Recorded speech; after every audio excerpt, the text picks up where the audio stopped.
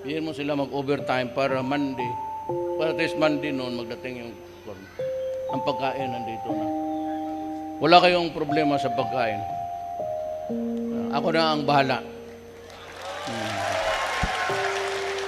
Huwag na kayong magluto, baski 10 taon. Libre na. Pasyal-pasyalan lang kayo dyan. Hindi na kayo na magtrabaho, okay? May 10 years. Libre yung pagkain. Kaya magtamad-tamara na itong mga tausog. So, ganun ang pangako ko. Hindi ako makatagal. Daan pa ako doon sa tempo. Bigyan ko rin sila ng konting mga pagkain. Pero ang ibibigay ko, may extra ka. Yung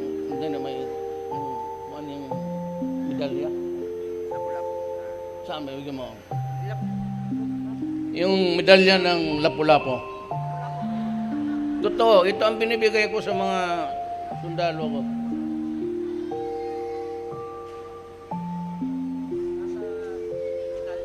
Sana sa pedal na.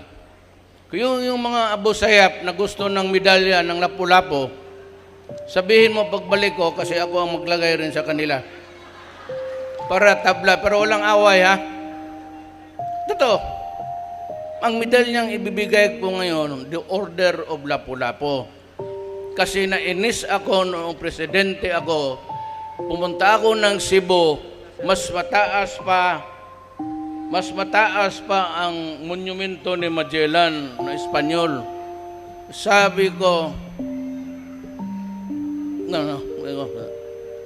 kaya sabi ko, sa National Commission, ano ang prize ni Lapu-Lapu? Ibig mo sabihin yung unang malmalay dito na hero, pinatay yung kalaban. So wala. Anong ginawa ninyo kay Lapu-Lapu? Ginawa naming isda. Iskabitsing Lapu-Lapu, piniritong Lapu-Lapu. Kaya ano, pag matapang ka na Pilipino, ito ang ibigay ko sa iyo. Sundalo na Moro, ito ang ibigay ko, Order of Lapu-Lapu.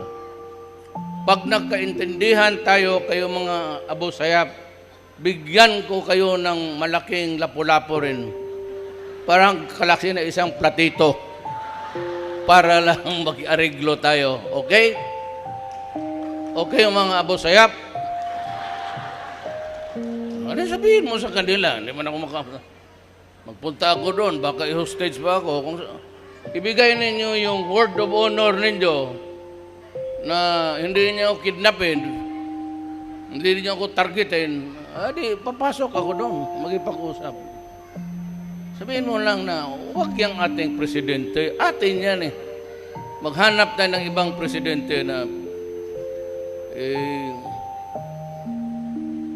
okay, mag-uwi na ako kasi may puntahan pa ako.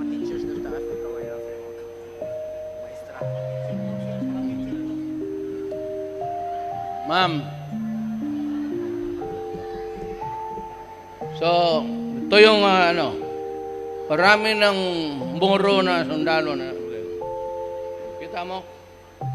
Kita yung turba niya. Tausog lang gumagawa nito. Ang Maranao, hindi man.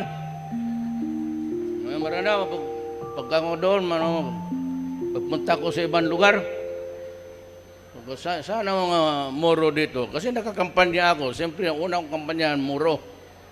Siyempre, para, si Rode, ha? Kapatid ninyo. Pagtatanungin ko yun sila, sino yan sila?